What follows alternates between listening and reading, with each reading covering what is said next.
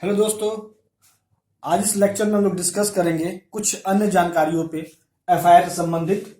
तो दोस्तों, इस वीडियो को स्टार्ट करने से पहले, इस लेक्चर को स्टार्ट करने से पहले मेरा रिक्वेस्ट है कि प्लीज़ आप मेरे चैनल को सब्सक्राइब करें और मेरे वीडियो को लाइक करें और ज़्यादा से ज़्यादा शेयर करें।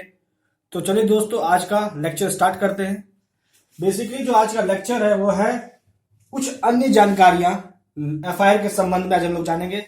इससे पहले वाले वीडियो में हम लोगों ने जाना कि एफआईआर से संबंधित क्या प्रावधान है सीआरपीसी में।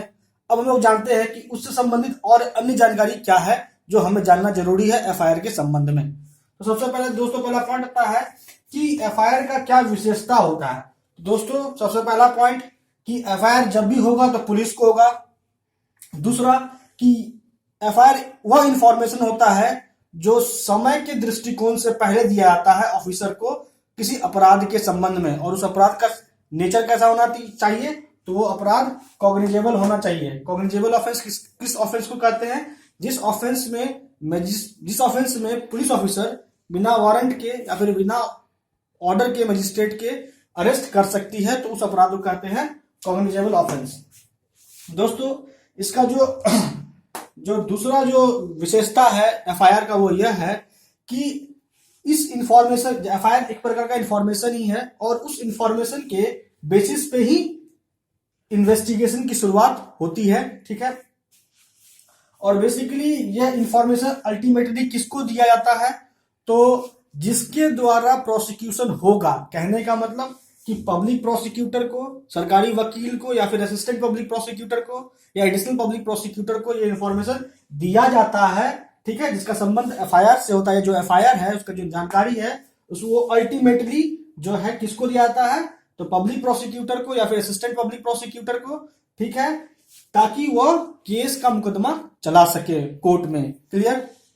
तो दोस्तों, ये कुछ विशेषताएं थी, मैं फिर से रिपीट करता हूं। सबसे पहले ये जो इंफॉर्मेशन है पुलिस को होगा और ये समय के दृष्टिकोण से ये पहला इंफॉर्मेशन होता है किसी अपराध के होने के संबंध में। तीसरा पॉइंट कि ये इंफॉर्मेशन संबंध किस ऑफेंस से होता है? तो कॉग्निजेबल ऑफेंस से होता है। कॉग्निजेबल ऑफेंस किस ऑफेंस को कहेंगे हम लोगों ने डिस्कस किया ऑलरेडी। ठीक है। और इस इंफॉर्मेशन के बेसिस पे ही इन्वेस्टिगेशन की शुरुआत होती है और ये वह इंफॉर्मेशन जो प्रोसिक्यूशन को दिया जाता है ताकि वह केस में ट्रायल, दैट मींस मुकदमा कर सके या चला सके। क्लियर? अब दोस्तों हम लोग आते हैं नेक्स्ट पॉइंट पे। दोस्तों, ये नेक्स्ट पॉइंट बहुत इंपॉर्टेंट है। जो नेक्स्ट पॉइंट है उसका संबंध है जीरो एफआईआर से। सबसे इंपॉर्टेंट सवाल ये उठ जाता है कि आखिर कोई क्राइम हुआ, कोई ऑफेंस हुआ, तो अब उस ऑफेंस के संबंध में जो एफआईआर होगा वो कहां लॉन्च होगा? तो देखिए, आज हम लोग सबसे पहले जानेंगे कि जीरो एफआईआर का कॉन्सेप्ट क्या होता है। जो देखिए, अपराध हुआ, अब अपराध के संबंध में जानकारी देना है, दैट मींस कि एफआईआर लॉन्च करना है। तो आमतौर पे वह उस पुलिस स्टेशन में होता है जिस पुलिस स्टेशन के क्षेत्राधिकार में वो अपराध हुआ है। लेकिन ये कोई जरूरी नहीं है, एफआईआर कहीं भी लॉन्च हो सकता है। ये जो कॉन्सेप्ट आया कि एफआईआर कहीं भी लॉन्च हो सकता है, इस बात से कोई ताल्लुकात नहीं है कि अपराध किस पुलिस स्टेशन के क्षेत्राधिकार में हुआ है। इस प्रावधान को ही हम लोग कहते हैं जीरो एफआईआर का प्रावधान। ठीक है। तो ये जो प्रावधान, ये जो फॉर्मूला है, ये जो प्रिंसिपल है जीरो एफआईआर का, ये किस केस में इवॉल्व हुआ? तो ये केस था state of Andhra Pradesh versus Punati रामूवे का। ठीक है दोस्तों। अब हम लोग आते हैं नेक्स्ट पॉइंट पे, वो है एविडेंसरी वैल्यू ऑफ एफआईआर। एफआईआर का क्या एविडेंसरी वैल्यू है? सबसे इंपॉर्टेंट बात कि क्या एफआईआर को एविडेंस के रूप में इस्तेमाल किया जा सकता है? अगर किया जा सकता है तो इसका क्या प्रभाव होगा? ठीक है। तो दोस्तों देखिए, एफआईआर को एविडेंस के रूप में इस्तेमाल तो किया जा सकता है क्योंकि वो एविडेंस है according to the provision of Indian Evidence Act 1872। ठीक है। लेकिन वो वीक टाइप ऑफ एविडेंस है, उसका वैल्यू जो है, प्रोबेटिव वैल्यू उतना नहीं है। ठीक है।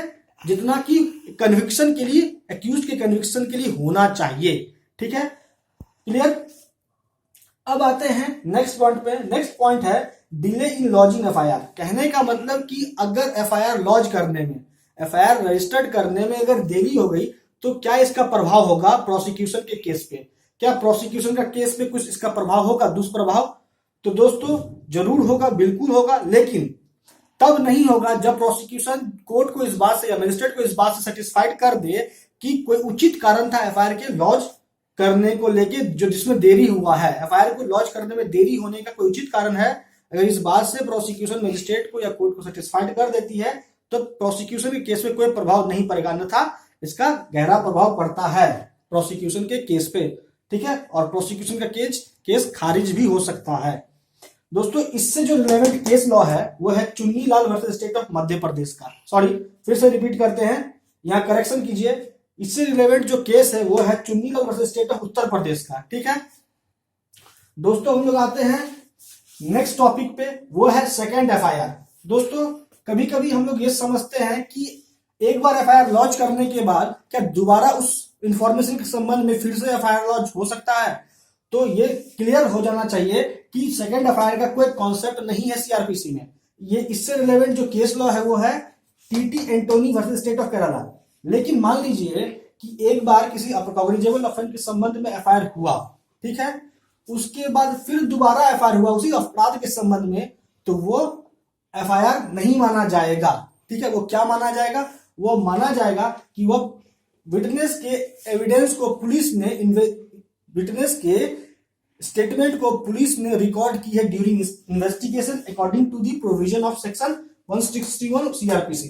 फिर से रिपीट करते हैं कि दोस्तों सेकंड एफआईआर का कोई कॉन्सेप्ट नहीं है सीआरपीसी में, और ये किस केस में हेल्ड हुआ था सुप्रीम कोर्ट के द्वारा? तो TT Antony versus state of Kerala के केस में। तो अगर कोई व्यक्ति सेकंड एफआईआर दैट मींस उसी अपराध का दोबारा इंफॉर्मेशन पुलिस को देता है तो यह माना जाएगा कि वह व्यक्ति का स्टेटमेंट पुलिस ने विटनेस वो व्यक्ति यहाँ कौन हो गया? अब वह व्यक्ति इंफॉर्मेंट नहीं विटनेस हो गया और उसके स्टेटमेंट को पुलिस ने रिकॉर्ड की है during investigation under section 161 of the CrPC. तो दोस्तों इस वीडियो आज इस लेक्चर में इतना ही। तो दोस्तों आज हम लोग कंक्लूड करते हैं इस लेक्चर को। तो आज हम लोगों ने इस लेक्चर में देखा कि एफआईआर का क्या कैरेक्टरिस्टिक्स होता है, ठीक है, क्या विशेषताएं हैं एफआईआर का, ठीक है। दूसरा हम लोगों ने जाना कि जीरो एफआईआर का क्या कॉन्सेप्ट है, ठीक है, और इससे रिलेवेंट केस लॉ क्या है। तीसरे पॉइंट पे हम लोगों ने जाना कि एफआईआर का एविडेंशियल वैल्यू क्या होता है। तो ये एविडेंस तो है लेकिन एक वीक टाइप ऑफ एविडेंस है, इसका एविडेंशियल वैल्यू कम है, लेस है, ठीक है। जब तक इसका एविडेंशियल वैल्यू तभी तक मान्यता होगा जब तक ये सपोर्टिव होगा अदर एविडेंस से, क्लियर। और हम लोग चौथे पॉइंट में हम लोगों ने बात किया कि एफआईआर को अगर लॉन्च करने में देरी होता है तो इसका क्या प्रभाव होगा, और इससे रिलेवेंट केस लॉ को हम लोगों ने देखा। और लास्ट जो पॉइंट है सेकंड एफआईआर का, उसके संबंध में हम लोगों ने डिस्कस किया इस लेक्चर में। तो दोस्तों आज इस लेक्चर में इतना ही। Thank you for watching this video.